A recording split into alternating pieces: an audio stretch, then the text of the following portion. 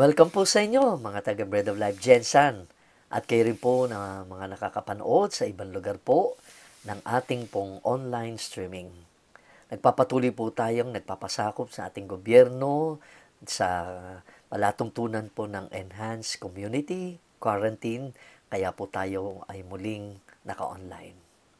Magsimula po tayo. Meron pong kwento ang isang pastor na sinamahan niya one time si Tharon, isa pong bulag sa Blind State Convention, na si Tharon po ay nagsalita. Sabi niya, now this was the first time we had been to any of these meetings, and what we figured out was most of the talks were about legislation and causes. One of the speakers talked to us about some of the innovative things being done that would allow the blind and visually impaired to participate and have some of the same rights as people with vision. As he spoke, yung nagsasalita daw po, I was agreeing with all that he was saying and was getting very excited about the technology out there, until he began to talk about a vehicle that is being designed for the blind. Mga ilang taon na rin po nakalipas itong kwento na ito. And anyway, sabi niya, yes, that's right. A car that blind people can drive. I have to be honest, while Tharon became ecstatic, along with all the other blind people in the room, I was shaking my head no. I think having the ability to see something jump out in front of you, miss a pothole, or any other unexpected thing is important when driving a vehicle. Diba, nakakakita ka na nga, biglang magugulat ka na, may butas or something, biglang may dadaan. So, mahirap na, maski sa mga taong nakakakita. In fact, sabi niya, just having the ability to see is not enough. We must be looking and paying attention to where we are going.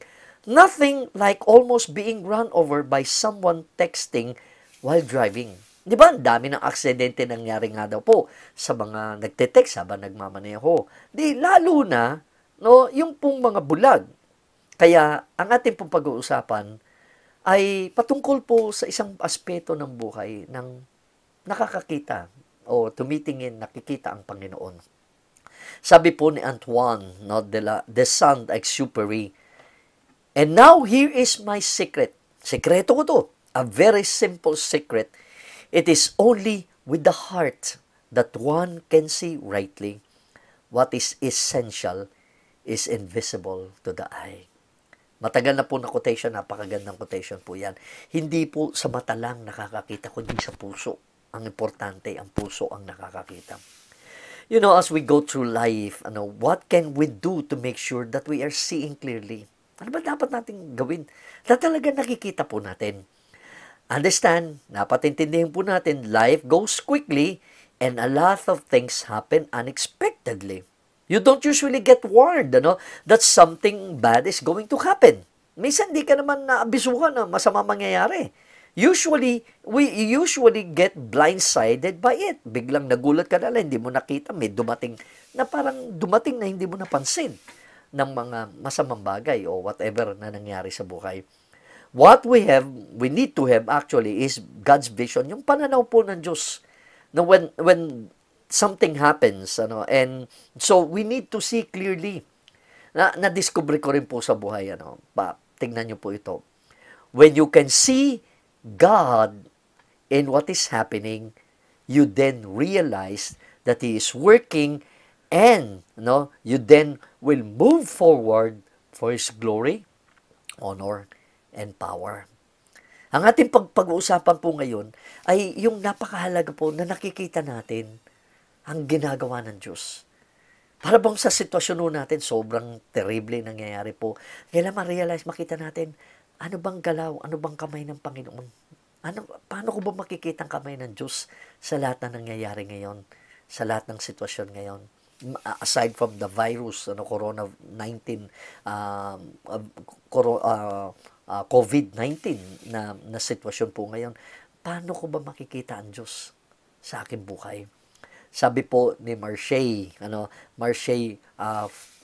Proust, sabi niya, the real voyage of discovery consists not in seeing new landscapes, but in having new eyes. Kailangan po natin ng bagong mata, Kailangan natin bagong pananaw sa mga nangyayari po sa ating sitwasyon, sa ating pong paligid po natin.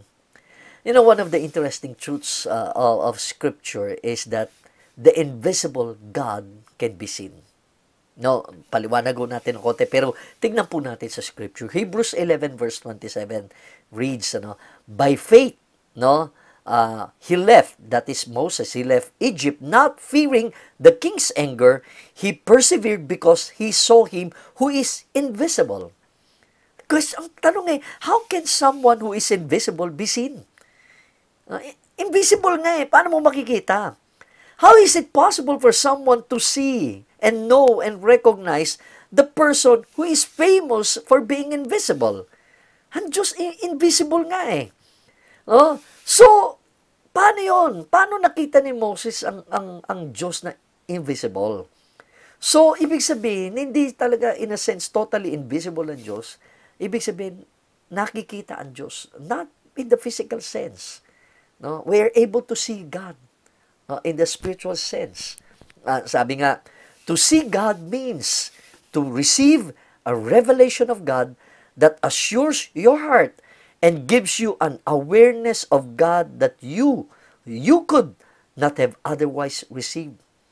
No, ang makita, ang ibig sabihin ng nakikita ang Diyos, nakatanggap ka ng revelasyon, ng awareness, ng assurance sa iyong puso, na aware ka na ang Diyos kumikilos, ang Diyos gumagalaw. Maaring hindi mo naririnig exactly ang boses ng Lord.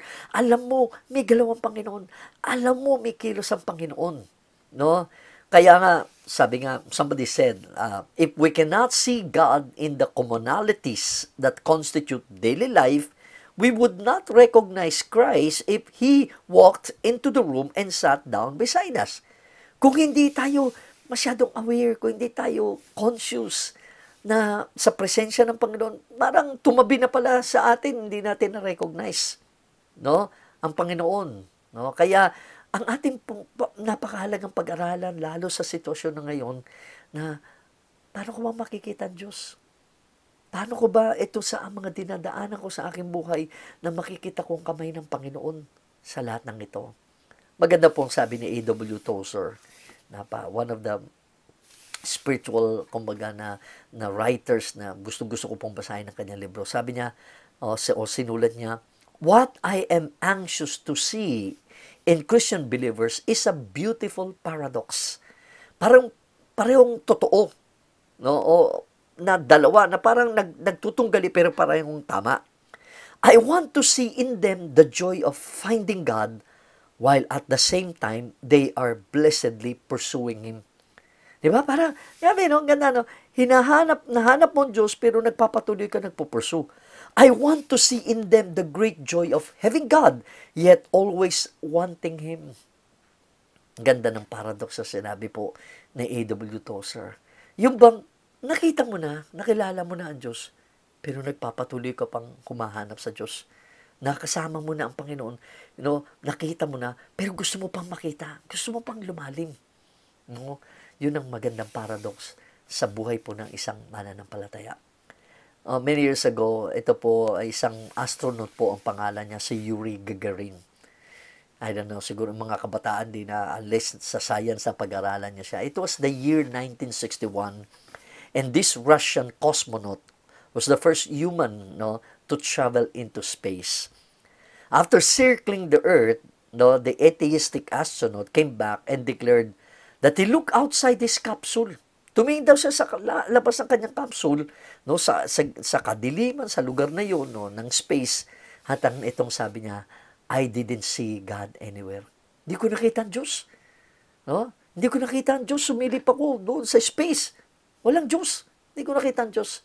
At ito po magandang, sabi po ni Dr. W.A. Criswell, in response dun sabi ni Gagarin na, I didn't see God.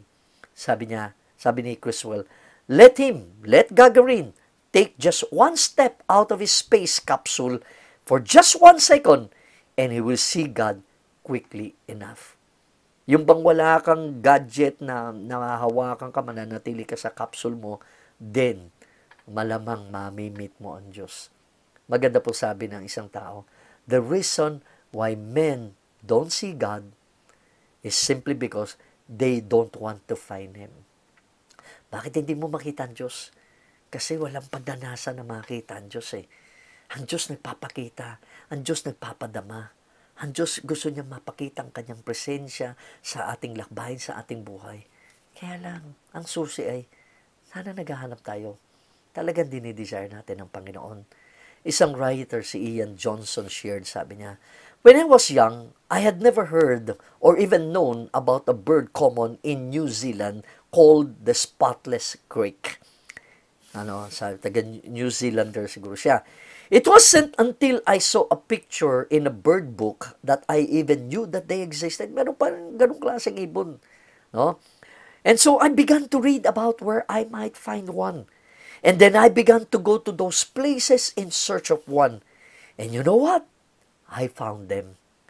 Sabi niya, if you care to read some specific papers written in the 1970s, you will find even my name attached to some of them. The fact is, they were right under my nose. But until I looked, I didn't see. Hindi ako nakakita. Hanggat hindi ko hinanap, hanggat talagang hindi ko pinusigi na makita yung isang klaseng ibon na yun, hindi ko makita. Sabi niya rin, in the spirit, it is the same. Jesus said, no, to him who seeks, he shall find. Siya na naghahanap, makikita niya. I love to hear fresh revelation and wonderful flowing of the Spirit in meetings. But unless someone seeks this revelation, no, there must be a desire to see God move in this way. Hindi natin makikita ang Diyos kung wala talagang desire na makita ang Panginoon. Kaya ko entitle natin ang message po natin ngayon, yan nakalagay po dyan, nakalagay, Seeing God's Work in Our Lives. Or seeing God's work at this point in time. Ano ba nakikita natin? Ano ba kumbaga nadadama natin? Ano bang sinasabi ng Panginoon sa atin? Tingnan lang natin ang storya po in Acts chapter 7. Dito po yung trial na isa pong deacon, ang pangalan ay si Stephen. He was a good and godly man and one of the first deacons po ng early church. He was on trial for his life dahil sa kanya pong buhay at tumarap po siya seemingly parang sa Supreme Court po ng Israel. The trial actually was a mockery of justice because the charges against Stephen were all based on lies, mga false witnesses, mga fake news, ika nga, para bang ganyan ng dating, fake news, fake ang mga statements na binigay po against Stephen. But anyway, during the trial po, meron pong ginawa si Stephen na kumbaga sa panahon natin ay hindi mo dapat gawin. Kailangan nang meron kang lawyer na kasama. Ang ginawa po ni Stephen ay he defended himself. Sarili niya, depensa niya sarili niya. And anyway, under the leadership of the Holy Spirit, nag-share siya about the history ng Israel. At ang portion ng history ng Israel na kinikwento niya ay tungkol po kay Moses. No? So, dinitalya niya po more or less ibang kwento na halos sawig po dun sa Exodus na kwento po ni Moses. Pag tinignan po natin ang biblical hero na si Moses, minsan parang kitang-kita po natin how God really worked in his life. No, nakita niya rin ang galaw ng Diyos sa kanyang buhay. But ang tanong mo ikaw, ako, no, kayo, nakikita niyo bang galaw ng Diyos sa iyong buhay? Sana sa gitna ng kahirapan, kaguluhan na nangyayari ngayon, makita mo pa rin ang Diyos. Makita mo pa rin ang kamay ng Panginoon. Na God is orchestrating these things that are happening among us. No, na kahit ano pa man yan nangyayari, sana makita natin that God was at work in Moses' life, that He can still work in your life today. So, ang question na tatanungin natin, sasagutin natin will be, how do you see God's work in your life? Paano mo nakikita? Paano ba makikita? Na masasabi mo gumagalaw ang Diyos o saan mo dapat tignan? Anong ang mga parameters or anong mga bagay na dapat aware ka para masabi mo, nga gumagalaw nga ang Diyos sa aking buhay. Unang-una, the Lord sees our struggles. Kita ng Diyos ang iyong paghihirap. ang Israel, sa part ng kwento ni Stephen ay kinuwento niya yung kahirapan ng Israel. In Acts, pag tinignan po natin Acts chapter 17, verses 17 to 19, let me just read. As the time drew near for God to fulfill His promise to Abraham, the number of our people in Egypt had greatly increased. Bahagi siya dun. Israeli din siya, kaya sinasabi niya, our people. Then, a new king to whom Joseph meant nothing came to power in Egypt. He dealt treacherously with our people and oppressed our ancestors by forcing them to throw out their newborn babies so that they would die. No? May bagong hari, hindi kilala si Joseph, no? May bagong Pharaoh, so pinahirapan po sila. Ginawa silang slave, pinahirapan, inoppress po sila. No? Kung ano-ano pong pinagawa sila. So Israel, the children of Israel, were going through a terrible time during that time. It seemed para bang yung panahon na yon, inabandon na yata sila ng Diyos. Parang pakiramdam siguro na iba sa kanila, pinabayaan na yata tayo ng Diyos eh. Kaya lang, sa pagpapatuloy na kwento ni Stephen, sa verse 34, merong ni-remind ng Lord. May pinaalala ng Lord sa kanila. Sabi ng verse 34, I have indeed seen the oppression of my people in Egypt. I've heard their groaning and have come down to set them free.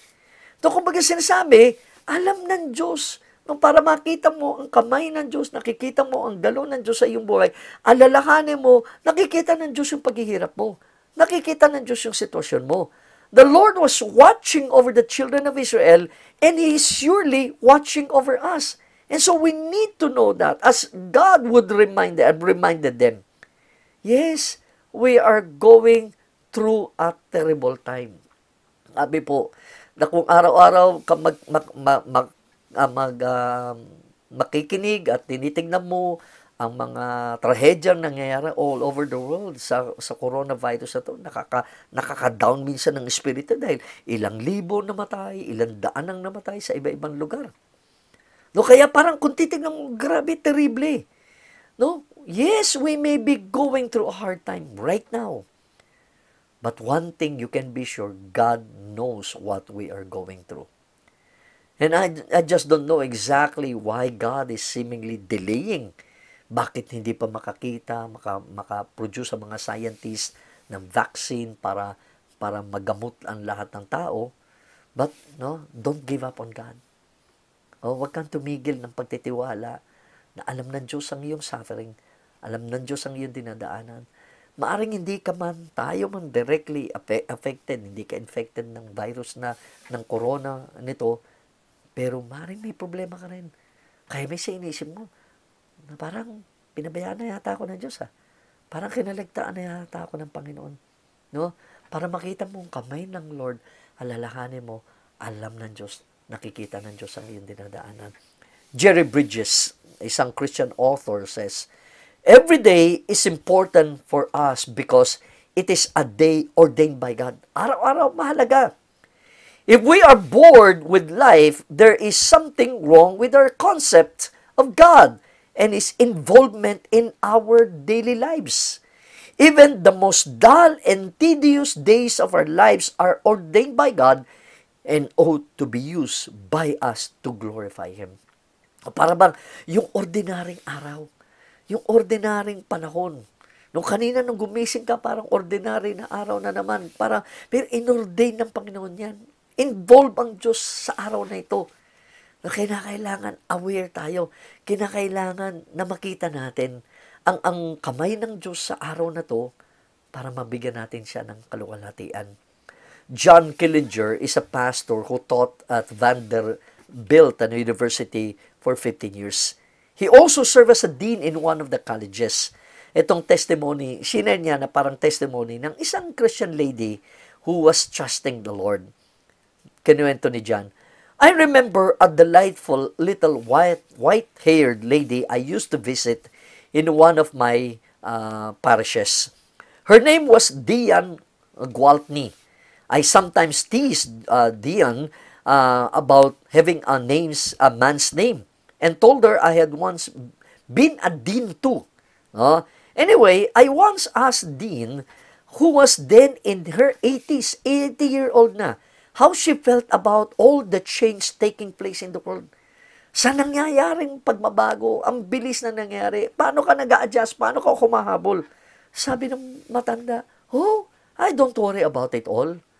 Oh, with the twinkle in her eyes. Hindi ako nag-worry. Sabi niya patuloy, sabi ng matanda, God has always managed to bring the best out of the worst. And somehow, I don't think God will fail us now. God has always managed to bring the best out of the worst. At hanggang ngayon, alam ko, hindi tayo bibiguin ng Diyos. No? Yung pinakamasamang nangyari, itineturn around ng Lord. Kagaya ng napag-aralan natin sa Romans 8:28 last Sunday. Napag-aralan natin, God can turn out the best out of the worst. God can turn out the good in the evil that happens in our lives and in the world. No, kaya alam ko, hawak pa rin ng Diyos yan. Ang lahat na nangyayari, kumbaga, hawak ng Panginoon. I like that so much. God is always, has always managed to bring the best out of the worst. And somehow, I don't think God will fail us now. Gaano mang kabigat ito, kumbaga, akala natin, ito na yung worst. In the future, there will still be something worse than this. But still, God can still bring out the best out of every situation, out of the seeming worst na maaari natin daanan. Many years ago rin, in the 1990s actually, there was a song, a popular song sung by Bette Midler. Ang title po ng song ay From a Distance. Minsan siguro napapakinggan nyo pa yung mga, kung gusto nyo, mga oldies song. More or less, isang phrase po doon, God is watching us from a distance. Sabi ng writer na to, in essence, the song says things are not evil in the sight of God because He is only watching us. And from a distance, things don't look so bad. Pero kung aaralin mo mabuti, parang hindi masyado magandang theology. Parang God is just watching in a distance. Parang in a distance, parang ang layo, na pinagmamasdan ka lang ng Lord.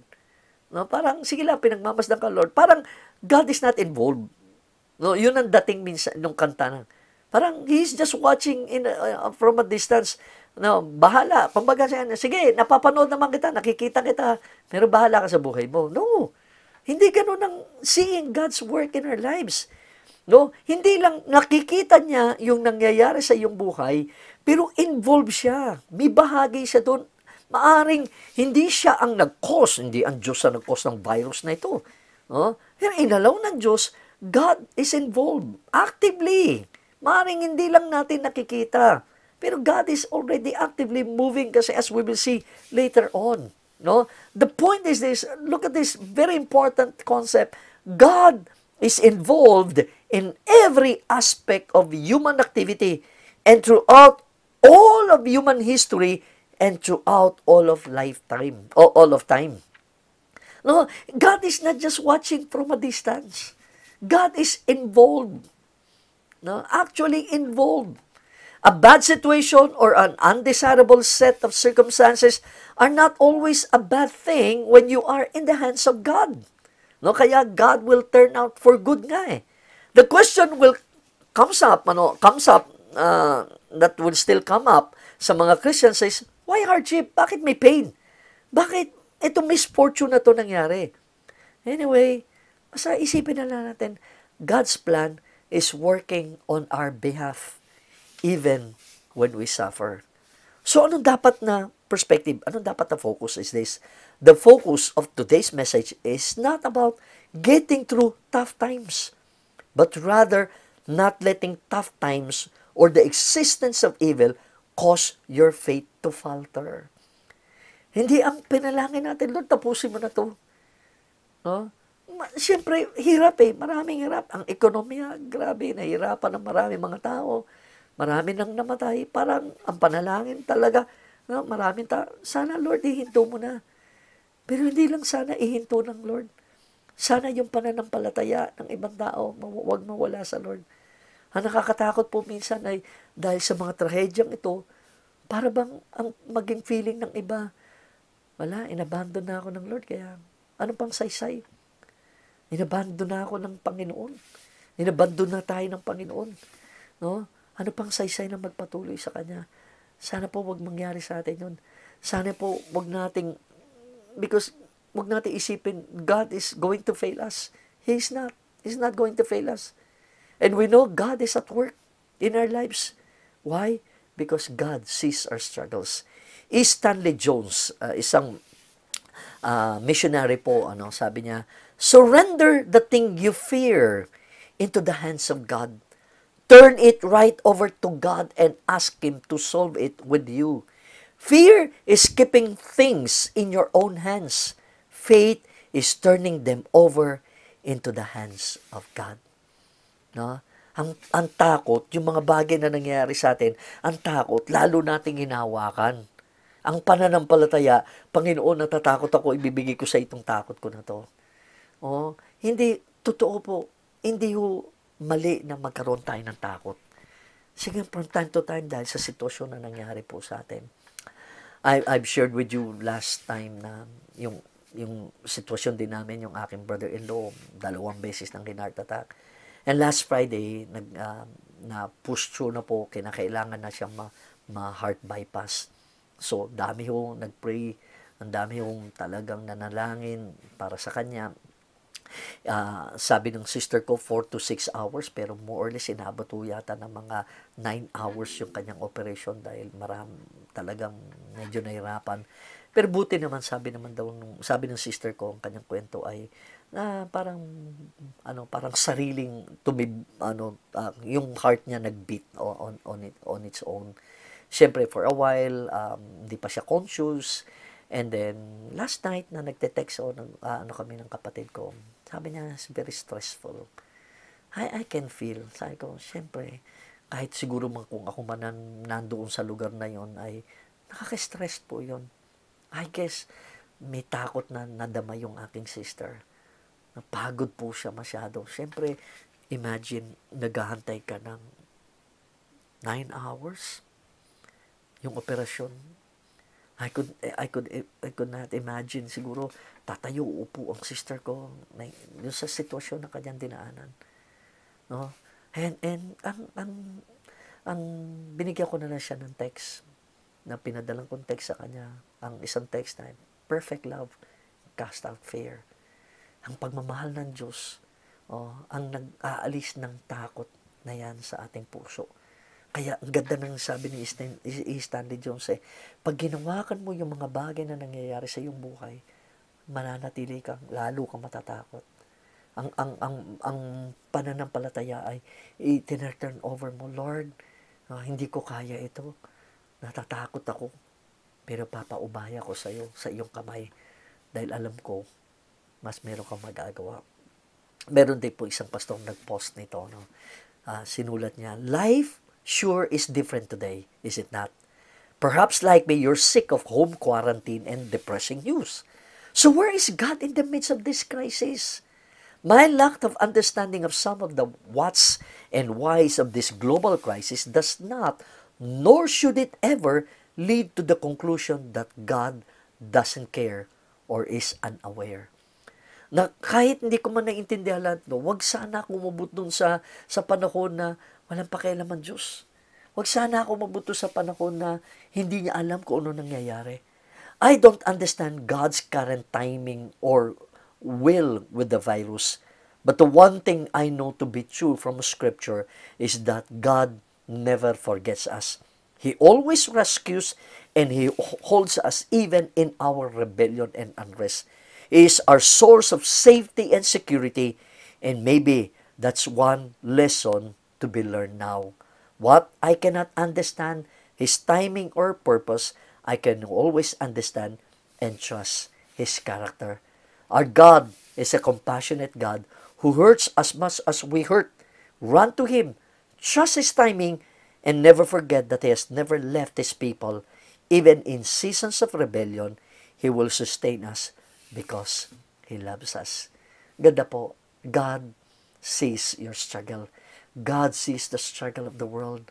Kaya po, makikita po natin ang kamay ng Lord. Hawak po niya ang kamay, ang ating sitwasyon. Continuing, ang pangalawa po, no? Una, para makita natin ang work ng Lord sa ating buhay at sa buong mundo, makita na the Lord sees our struggles. Secondly, the Lord develops us with the detour. Sometimes, parang nagdi-detour. Parang ibang daan ang ginagawa ng Lord. Alam mo ni Moses yan. No, God had a great plan for Moses mula nung pinanganak siya, ang pagtinignan natin ng verses 20 to 22 niyan. At that time, Moses was born and he was no ordinary child. For 3 months, he was cared for by his family. When he was placed outside, Pharaoh's daughter took him and brought him up as her own son. Moses was educated in all the wisdom of the Egyptians and was powerful in speech and action. So, unang detour sa buhay niya, dahil sa Pharaoh, pinapapatay ang mga bata. So, ang unang detour, no, nilagay na lang siya sa isang parang basket ng kanyang mga magulang, hindi na siya maitatago, no? So, ang unang detour, nakuha siya ng anak ni Pharaoh. Imagine, yung tao na magpapapatay sa mga bata, ang ginamit ng Diyos, yung anak ng Pharaoh, para mag-alaga kay Moses. Weird, talagang, hindi ba kamay ng Diyos yun? Kaya lang na-detour. So, na-detour, nag-aral siya sa mga universities ng Egypt at naging magaling siya. Naging powerful itong si Moses. After that, no, in verses 23 down, another detour sa buhay ni Moses. When Moses was 40 years old, he decided to visit his own people, the Israelites. He saw one of them being mistreated by an Egyptian, so he went to his defense and avenged him by killing the Egyptian. Moses thought that his own people would realize that God was using him to rescue them, but they did not. No, I want you to take note of that verse. Akala ni Moses, eto na yung panahon, liligtas ko na yung aking mga kababayan. Pero hindi pala, kailangan idituro pa siya ng Panginoon eh. The next day, Moses came upon 2 Israelites who were fighting. He tried to reconcile them by saying, "Men, you are brothers. Why do you want to hurt each other?" But the man who was mistreating the other pushed Moses aside and said, "Who made you ruler and judge over us? Are you thinking of killing me as you killed the Egyptian yesterday?" Akala ni Moses na itago niya. No? So ano yung kaduktong na naman na detour ni Moses? Verse 29, when Moses heard this, he fled to Midian, where he settled as a foreigner and had 2 sons. No? Kumbaga, hindi na dinetalya ni Stephen yung story, pero ito, detour na naman si Moses. No? And so, yung kanyang lakbay na akala niya siya magliligtas sa kanyang kababayan, no? Dinitur mo na siya ng Panginoon. Nilayo mo na siya. He thought he was ready to lead his people. So, gaano katagal ng detour na naman inabot niya? Verse 30, after 40 years had passed, an angel appeared to Moses in the flames of a burning bush in the desert near Mount Sinai.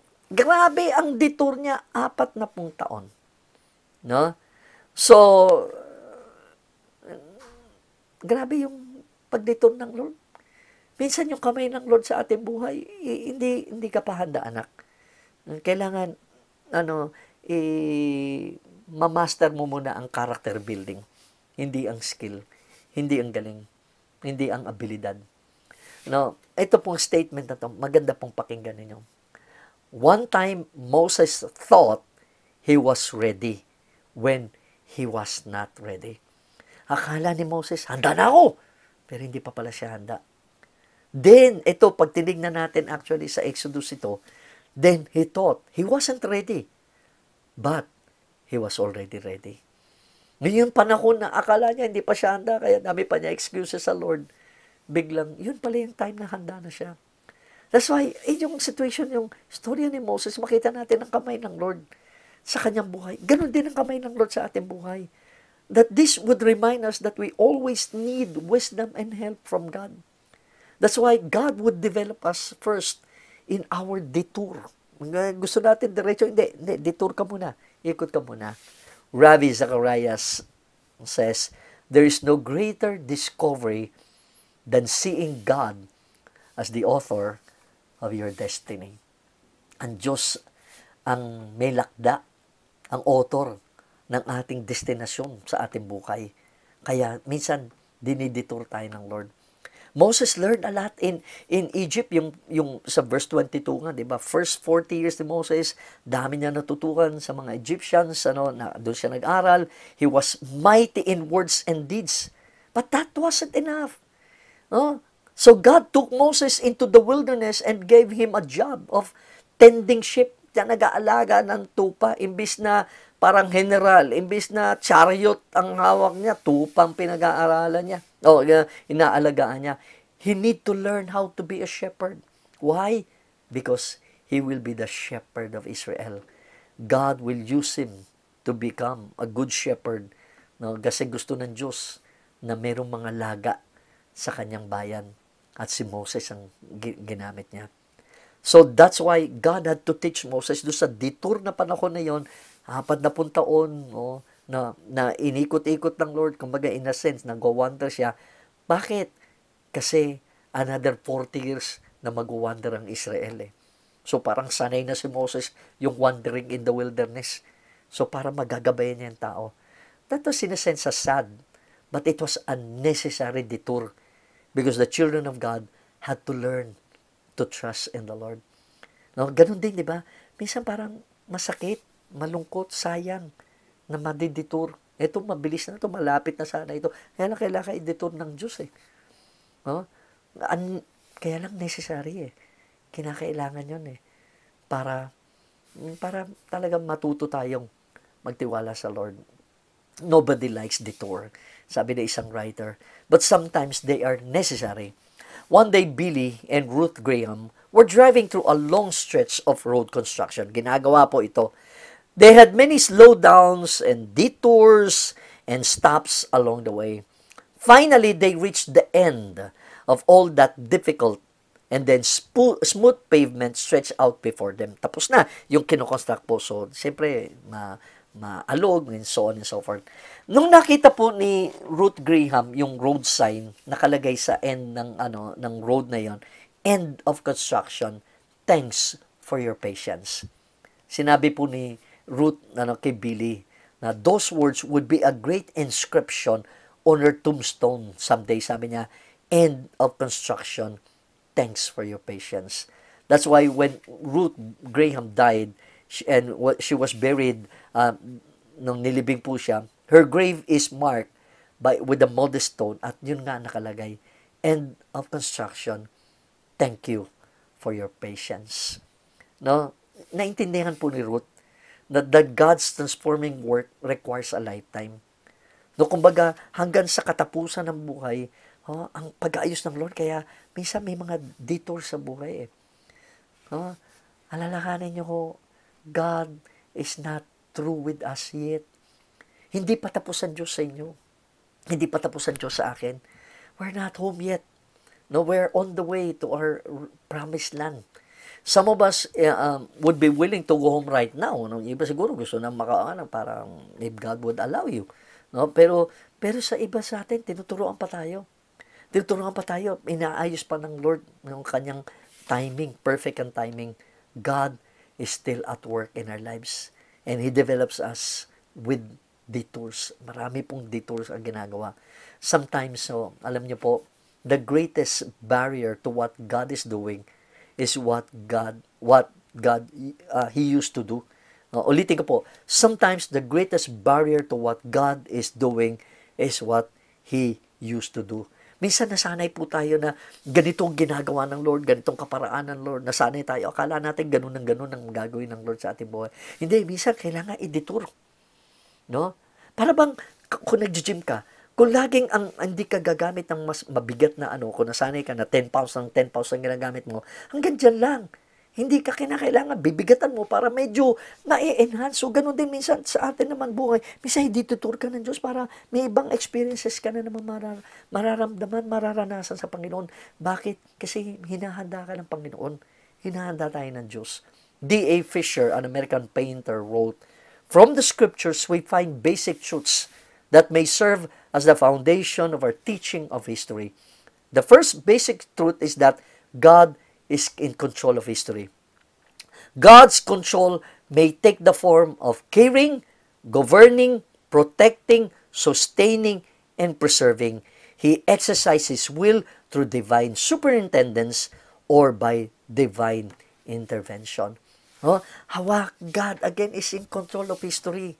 No, iba-ibang paraan ang ginagamit niya. Sinusuperintend niya, ginagabay niya, or minsan nag-i-intervene na siya. No? Isang pastor po shared, all of our lives, God works on us, chiseling away those parts of our life that hinder us from fitting into His eternal temple or purpose. Our Christian life is a work in progress. Jesus Christ is changing us from a useless stone to a useful one. Ano po ang kwento or ang analogy? Before Michelangelo created this masterpiece known as David, Agostino de Antonio had worked diligently but unsuccessfully on a large piece of marble. Yung malaking marble po, hindi niya magawa, hindi niya alam kung anong gagawin niya. He gave up his effort and said, I can do nothing with it. Wala akong magawa dyan sa malaking marble na yan. Some other people tried after Antonio but failed. And so this piece of marble was laid in a rubbish heap for 40 years. Out strolling one day, Michelangelo saw the stone and believed that it had great possibilities. Kumbaga, meron siya nakita dun sa stone na yon. We know what happened.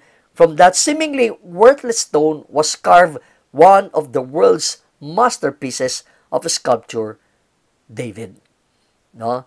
For Michelangelo, the job of the sculptor was to free the forms that were already inside the stone. He believed every stone had a sculpture within it. And the work of sculpting was simply a matter of chipping away all that was not part of the statue. Ang ganda ng sabi ng writer. When Jesus looks at us, He sees not a rough piece of rock, but He sees inside of us the potential to be a beautiful dressed stone useful in His temple. As the master sculptor, He is able to chip away all that is not part of what He wants us to be. This work of transformation is accomplished only by the one referred to as the living stone. No, kaya po chini-chip away ng Lord. Kaya kumbaga sa buhay, kung hindi tinatapyas ng Lord sa ating buhay, kaya minsan dinidituro tayo ng Lord. Iniikot para kasi wag mo munang harapin diretso. Kasi meron siyang gustong gawin. Meron siyang pang kailangan gawin sa atin. No? Continuing, paano mo nakikita ang kamay ng Lord sa iyong buhay? O sa mga sitwasyon na nangyayari sa ngayon, makita natin, God meets us in a miraculous way. After na na-detour si Moses ng 40 years, ito, ni-remind sa atin ng scripture. Again, in Acts 7:30-33, after 40 years had passed, an angel appeared to Moses in the flames of a burning bush in the desert near Mount Sinai. When he saw this, he was amazed at the sight. He went over to get a closer look. He heard the Lord say, I am the God of your fathers, the God of Abraham, Isaac, and Jacob. Moses trembled with fear and did not dare to look. Then the Lord said to him, take off your sandals, for the place where you are standing is holy ground. No, the Lord met Moses in a dramatic and miraculous way. Ang angel ang pinadala. Of course, it was a pre-incarnate appearance of the Lord Jesus, because ordinary angels don't say what the angel said in verse 32, I am the God of your fathers, God of Abraham, the God of Isaac, and the God of Jacob. Hindi ba sasabi ng ordinaryong anghel yun? It was the pre-incarnate Lord Jesus. So, through a burning bush na hindi nasusunog, hindi nauubos, miracle, dramatic na miracle ang ginawa ng Lord para makuha ng Lord yung attention ni Moses. No? Kaya actually God was close to Moses naman all throughout the 40 years na nandun siya sa wilderness ng Midian na nag-aalaga ng tupa. No, listen to this statement. God didn't just get back from a long vacation when He set that bush on fire. Hindi yung nagbakasyon ng Diyos ng 40 years, hindi lang actively in a sense parang nadadama ni Moses ang galaw ng Lord in those 40 years, but the Lord was always with Moses. Andun yung, hindi lang pamilyar, o hindi lang nasisense ni Moses probably, yung Diyos in those 40 years. Yung pagbabago na ginawa ng Lord sa 40 taon, daming inayos ang Lord, chinip away sa kanyang buhay para maihanda siya, no? Para pagdating nitong miracle na to, dramatic miracle na to, sama ma-recognize niyang kamay ng Lord. No, for us, it is good to remember that God is always with us even when we are not aware of His presence. Sabi ng isang writer, and because of the cross of Jesus Christ, God is even closer to us, even when we are not aware of it. In those times, God is like a good father following a little toddler around. That baby doesn't have a clue. He is looking ahead, wobbling around, seeing where he can go and what he can do. But there his father is right behind him and his arms outstretched out, ready to catch him if he falls. Parang andun lang, parang isang tatay. No? A story po about Linda Sledge. She learned this lesson from a day she will never forget. She was a little girl playing in a Hawaiian beach near where she lived. But Linda had wandered away from her parents and suddenly a huge wave knocked her off her feet into the water. She managed to get up, but retreating wave washed the sun out under her feet, then crashed, and another wave struck, and she fell again. Linda cried out for her parents. All she could see was the vast ocean ahead. She thought she was doomed. But just then two arms, strong arms actually, reached out from behind and pulled her to safety.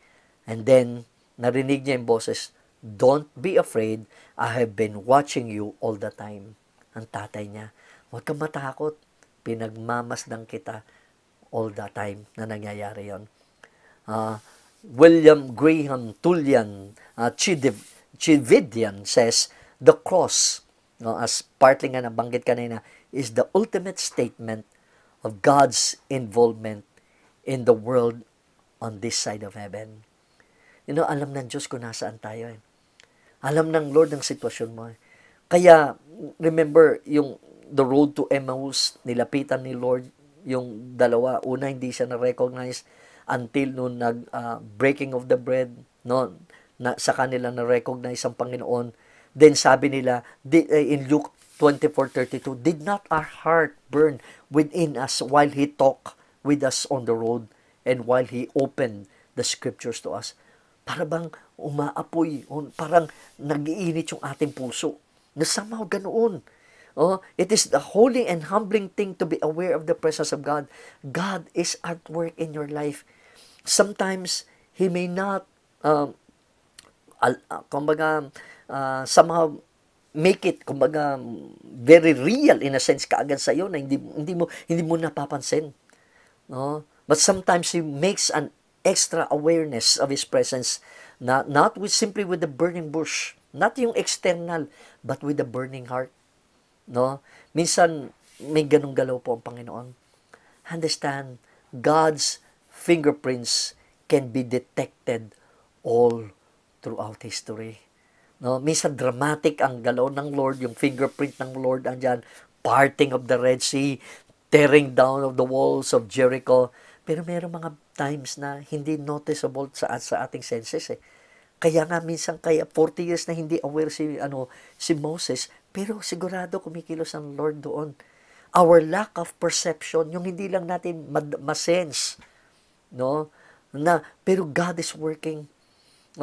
Hindi nahihinder po ang galaw ng Diyos. Sama-sama ginagawa ng Lord. Fingerprint po ng Panginoon nandiyan. Blessings would come to those who are spiritually attuned to what God is doing. That's why, pag na-realize mo, andyan ang kamay ng Lord, nakita mo yung kamay ng Lord, o gumagalaw sa iyong sitwasyon, sa iyong buhay, sa kasalukuyan, you will be at peace. You will have hope in your heart. Your faith will grow. At lalo kang matututo na ma-discern ang galaw ng Lord. And so, can you see the work of God in your life today? Can you learn to see that the God who is at work in you today? Thomas Chalmers, as a minister, said, It is in those times of hopeless chaos when the sovereign hand of God is most likely to be seen. Na grabe, in the hopeless chaos, grabe, parang ngayon, di ba? Grabe, hindi mo alam kung hanggang kailan itong quarantine na to. Okay lang na patagalin kasi wala pang kasiguruhan eh. Hopeless na for some people. No, sa Amerika, nabasa ko 100,000 ang nawalan ng trabaho. Ngayon mo din sa Pilipinas ko ilan na nawalan ng trabaho. Grabe, nagsasara ang mga kumpanya. No? Hopeless ang chaos na nangyayari ngayon. Kaya lang, andyan ang sovereign hand of God. Sana makita natin, may kamay ang Diyos. Fingerprint ng Panginoon yan. The hand of God was at work in your life, but it was unseen and unrealized. And God is still guiding the events of your life. Maaaring hindi mo alam. Kala mo parang coincidental lang. No? Pero you must be convinced that God is up to something. Listen to this statement. If you ever expect to move into the full realization of God's plan for your life, you must continue to be faithful and to do what is right even when God's Son is unseen. Sige lang, padayon, magpatuloy lang sa Diyos. Pagpatuloy mo lang ang lakbayin mo sa Panginoon. Hindi mo man nakikita ang kamay ng Lord, hindi mo man nadadama ang ginagawa niya. If you remain faithful when His hand is unseen, you will one day see His mighty hand at work in very visible ways. May papakita rin ng Lord sa iyan. J.A. Packer one time said, Revelation does not mean man finding God, but God finding man. God sharing His secrets with us. God showing us Himself. In Revelation, God is the agent as well as the object. Oh, grabe, ang ganda, no? Yung totoong revelation, hindi, hay, nahanap ko ng Lord. Hindi, no? Ang Diyos na nagpakita. No? Ang Diyos na nakahanap sa atin. Ang Diyos na nag-share ng mga secrets. Ang Diyos na nag-reveal. Siya ang agent. Siya ang agent niyan. Kaya mo nakita yan. Kaya God is doing miracles. Yes, libo-libo namamatay po. Ang dami pong namamatay. At tumataas pa sa ibang bansa. Sa atin, medyo pataas pa konti ang curve sa atin. Pero, tignan din natin ang good news. May milagro na rin po. For example, 925 were healed in Italy in the last 24 hours a day ago. 115 people recovered in Saudi Arabia. Closer to us sa Makati Med, they discharged 29 who were naka-recover po. Merong isang 83 years old na lola na naka-recover, naka-survive po. Meron din pong magaganda. Kaya lang mas na-highlight minsan sa social media, sa news, ang mga namatay, ilan na naman daan na namatay. Pero hindi may nakaka-recover. Mataas pa rin po ang percentage na makaka-recover. Kaya kung lalo lang mag-i-stay at home, lalo lang talagang ma-quarantine ng tao, no? Lalo tayo makakakita, milagro pa rin ng Lord yun na makaka-recover mga tao. Makaka-recover. Kaya sa amin po, unti-unti yung aking naging conscious na po, nagising na po yung aking brother-in-law, at buti nga, pinapasok yung sister ko dun sa recovery room, nag-thumbs up pa siya, at tinuro ang langit, kumbaga sa itaas ganoon, at nag-flying kiss pa sa kapatid ko. Kumbaga, parang medyo mabilis, parang nagugulat din ang mga doktor. Salamat, of course, sa mga prayers ng mga kapatiran na lagi kong in-update sila sa sitwasyon na yun. Kamay ng Lord yun. May kamay ang Lord yan. How do you see God's work in your life? First, the Lord sees our struggles. The Lord develops us with a detour. God meets us in a miraculous way. And lastly, God has an important mission in mind. No? Hindi lang iaalisin ka ng Lord dun sa mga struggles mo. Hindi lang kaya dinitur ka, dinevelop ka ng Panginoon. Hindi lang nagpakita siya miraculously para maging aware ka na sa presence niya. Hindi, dahil may mission ka. He has an important mission in mind for you. Pagka pinadama ng Diyos, pinakita ng Diyos ang kanyang sarili sa iyo, at meron siyang mga revelations sa pinapakita siya, may gamit yan. Hindi yun. Okay, basta at least nalaman mo lang o naging aware ka lang sa mga bagay na ito. Hindi, may gamit yan. At yan ang remind ng Lord. Na pag binalikan natin ang Acts 7:34, I have indeed seen the oppression of my people in Egypt. I have heard their groaning, have come down to set them free. Hindi ko binasa itong last part kanina. Now, come, I will send you back to Egypt. Babalik kita. Dinitur lang kita. No? Dinitur lang kita. Pero ibabalik kita. Nakita ko yung pangangailangan ng aking bayan. Nakita ko yung panaghoy, groaning nila. Kita ko yung hirap, yung oppression na dinadaanan nila. Halika, babalik ka doon. God had a mission for Moses. And God also has a mission for you. Kaya kung naghahanap ka, sana makita ko ang Lord. No? Sana willing ka rin sumama sa mission. Sana willing ka rin magpagamit sa Diyos. Because He definitely wants us to make a difference in the world. Hindi lang sinagot ng Lord ang mga panalangin, inaris tayo sa mga struggles ng ating buhay. Gusto ng Lord magkaroon ka ng bahagi. Kaya, isang bagay na, on the other hand, sa hirap dito ng coronavirus na to, dito nga lumalabas ang best, ang worst ng tao. Pero nakikita mo doon sa mga kababaan ng puso ng mga tao. For example, isang lola na ipinamigay ang paninda sa mga kapitbahay na hindi nabigyan ng relief goods. No? Yung iba, angal ng angal sa relief goods. Pero ito, nagbigay pa siya doon sa mga hindi nabigyan ng relief goods. Isa ring lola na nagbigay ng mga produkto ng kanyang sari-sari store sa mga tricycle drivers na nawalan ng source ng income dahil sa enhanced community quarantine. Mga food panda riders na nagbibigay ng pagkain nila sa mga homeless na meron pong time, yesterday nakita ko po na nire-repack na isang local na pamahalaan sa Bocaue, Bulacan ng mga 13,200 kilos ng assorted vegetables na binili mula sa mga Igorot farmers sa Mountain Province at ipamimigay yan sa mga 16,000 senior citizen ng kanilang bayan. No? Sa naman, nagpasalamat po ang PGH, ang Philippine General Hospital, sa tulong po na ginawa ng St. Luke's Medical Center sa kanila, na nag-donate po ng 48 na hill room beds, 30 infusion pumps at 10 million pesos na pledge ng assistance para sa mga supplies. No, nakakatuwa po na yung ibang mga tao nagiging bahagi ng misyon ng Diyos sa mundo.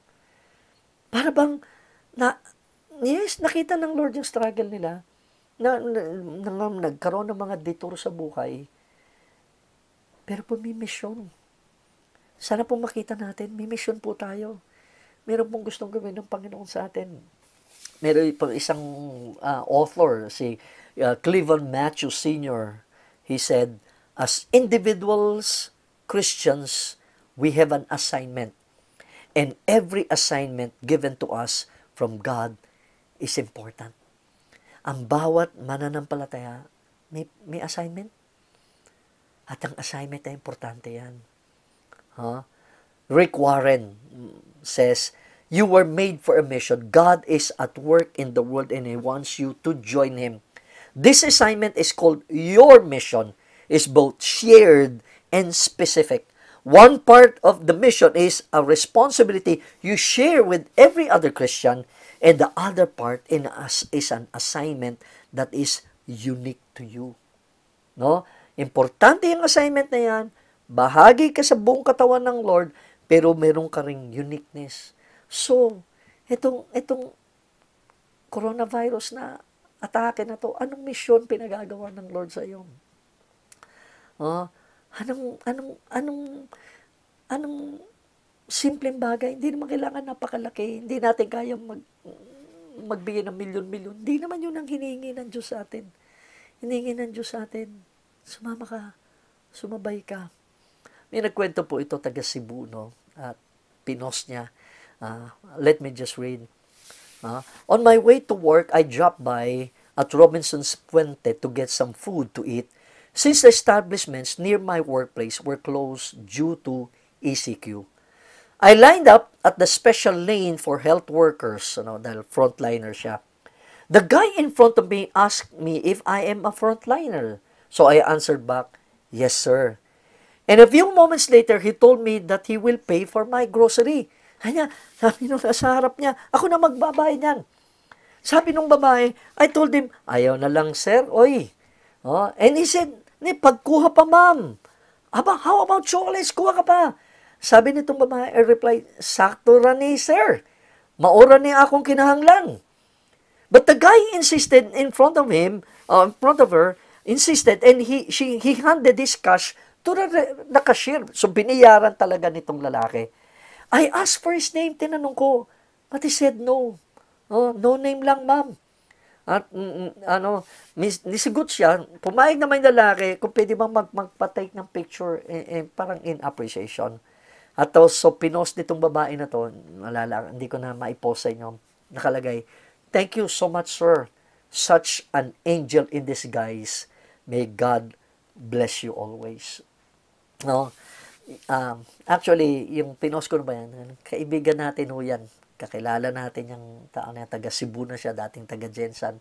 Na alam ko, puso po niyan sa Panginoon, mababa ang puso po niya sa mga taong mahirap dahil nung bata siya sobrang hirap ng buhay niyan. At actually, nag-post din yung anak niya, na natutuwa yung anak niya. Papasalamat ako sa tatay ko na ganito, mayroong puso, parang kahit pa paano in a simpler way. Ang kanyang bahagi, manatili sa bahay. Pero kung anong pwede magawa, mayroong misyon. Nakikinig sa Diyos. Nakikita ang kamay ng Panginoon. Dahil nakita ang kamay ng Panginoon, Lord, gamitin mo rin ako. Marami yung kwento, sigurado namin. Ang kwento wala lang kung time i-share. Ang kwento na isang kasamahan dito na, Lord, paano ba ako makatulong? Laan man akong So, parang nasense siya, bibili siya kwento ng asawa ko ito Bibili yung isang tao, bibili ng lechon manok. Parang na-sense niya na dagdagan mo, wag lang para sa'yo. So, dinagdagan niya, bumili siya, dinagdagan niya, tapos binigay niya kung sino man, kung kanina ibibigay. Tapos nadaan siya sa isang tao, alam niyo ginawa ng Lord. Nabigyan niya isang tao ng lechon manok. Pagdaan niya dito, nakita niya isang kapitbahay, parang ang daming binigay ng kapitbahay sa kanya. Parang kumbaga ang biruan nga grabe, tubo ka pa ha. Mas malaki pa yung binigay sa'yo kaysa yung binigay mo. Parang nagpipray siya, Lord, paano ba ako makakasangkapan mo? Paano ba ako magkakaroon ng bahagi dito? Hindi naman kailangan sobrang laki nakita ng Diyos ang kahirapan mo. Dinitur ka ng Lord, inaayos, chinichip away ng Lord yung tapos nagpakita siya para makita mo na, meron kang panawagan. Meron bisyon ng Diyos sa iyong buhay. So, to conclude our message, Acts 17:26 says, from one man, he made all the nations that they should inhabit the whole earth through Adam, di ba? And he marked out their appointed times in history and the boundaries of their lands. Kumbaga, nandito ka, kung saan ka man nandoon, diyan kayo tinalaga ng Lord. Kung ano man ang nadaanan mo, experiences sa iyong buhay, at tapos itinalaga ka, nandito ka, nasa Pilipinas ka, o whatever, nasa ang lugar ka man ng mundo, na Pilipino ka, diyan ka itinalaga ng Panginoon. God appointed. He marked you. Itinalaga ka ng Lord. Diyan ka itinalaga ng Lord. And so, God has set you up for that, for this moment. At this moment in time, andiyan ka. Sa gitna ng trahedya, ng pagsubok globally, andyan ka, itinalaga ka ng Panginoon. Bakit? Kasi may gamit ka May gamit ka. Naalala ko story, babasahin ko sa Esther chapter 4 verse 13 to 14. Then Mordecai told them to reply to Esther. Ito kasi yung panahon na may kalaban sila sa Haman na gustong papatay lahat ng mga Hudyo, o mga Israelites. Then Mordecai told them to reply to Esther, kasi si Esther yung hari during that time. Do not imagine that you in the king's palace can escape any more than all the Jews. For if you remain silent at this time, relief and deliverance will arise for the Jews from another place, and you and your father's house will perish. And who knows whether you have not attained royalty for such a time as this? Kasi sinasabi ni Mordecai, pamangkin niya si Esther, kaya ka nilagay ng Lord, kaya ka naging reyna. No? Para sa panahon na ito. No? Kaya ka nandyan ngayon dahil ganito mayroong gustong mag-annihilate sa atin. Galing, hirap ng buhay dati, foreigner itong si Esther, na-capture ang kanilang bayan at naging servant ang kanilang bayan sa Persian Empire. And so, tapos nagkaroon ng ihip, kumbaga, turn around ng buhay, biglang naging reyna itong si Esther. No, kumbaga ito sa divine intervention na at inihanda, sovereignty, pinwesto na, pinlasta ng Diyos yung magiging lugar ni Esther. No? Kaya ilang years na nailagay siya doon kasi darating ang time na mayroong gustong magpapatay sa kanilang, annihilate sa kanila. And so it would seem that God is silent. No? Pag tinignan mo nga actually, pag binasa mo ang Book of Esther, wala ka nga daw makikita na name ng God dyan. Sa 10 chapters na yan, sa buong libro na yan, walang na-mention ang Jehovah God, the God of the Jews. No? And ito pong concept, you may not be able to see the name of God, but you can see the finger of God. God guiding, orchestrating. Yung suta siya, ang ganda pag binasa mo yung Book of Esther. Hindi mo nga mababasa ang pangalan ng Jehovah o ng God sa buong libro na yan. Pero kitang-kita mong kamay ng Panginoon gumagalaw. No? Siya nagplano, siya nagumpisa, siya nag-orchestrate. Thomas Landry, professional football player and coach po, magaling na coach ito. As a Christian, sabi niya, I know my life is in God's hands. He has a plan for me. Therefore, I never worry about tomorrow or never worry about winning or losing football games. That knowledge gives me a lot of composure in tough times.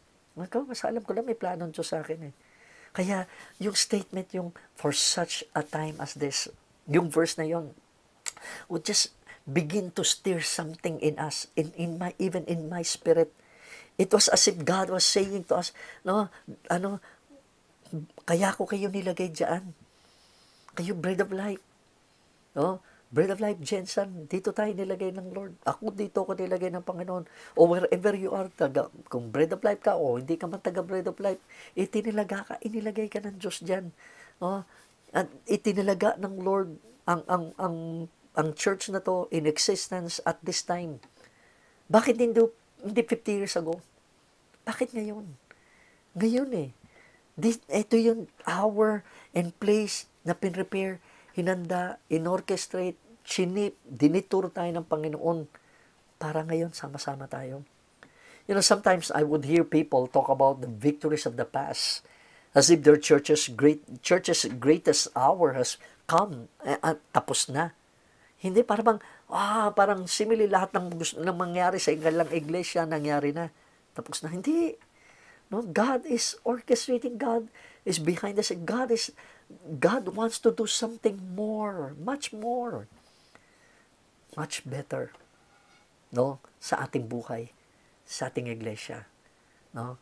Sabi ni Hannah Whitfield Smith, nothing else but seeing God in everything can make us loving and patient with those who annoy us. When we realize that they are only the instruments for accomplishing His purpose in our lives, we will actually be able to thank them inwardly for the blessings they bring us. Minsan may mga banta nakakainis o nagsisirap, minsan nasira pa nga buhay natin. Pero siya ginagamit pa rin sila ng Lord. The finger of God, the fingerprint of God, the hand of God is still there. David Simmons, in his book Living with Dream, tells of his experience as first-time missionary sa India. He caught an early morning train to get a committee meeting at the mission station.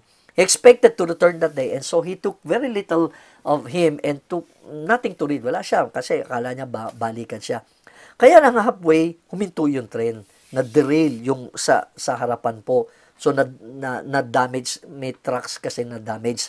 So, they back up a few miles and pulled into a small station in the middle of nowhere. So, parang wala, desierto o maanong lugar. No? There they sat until the next day. No? Nandun lang sa loob ng train. He was so frustrated because he had nothing to read. The tiny food shop had a few magazines, but they were all in a language he had never seen before. So, wala, hindi English.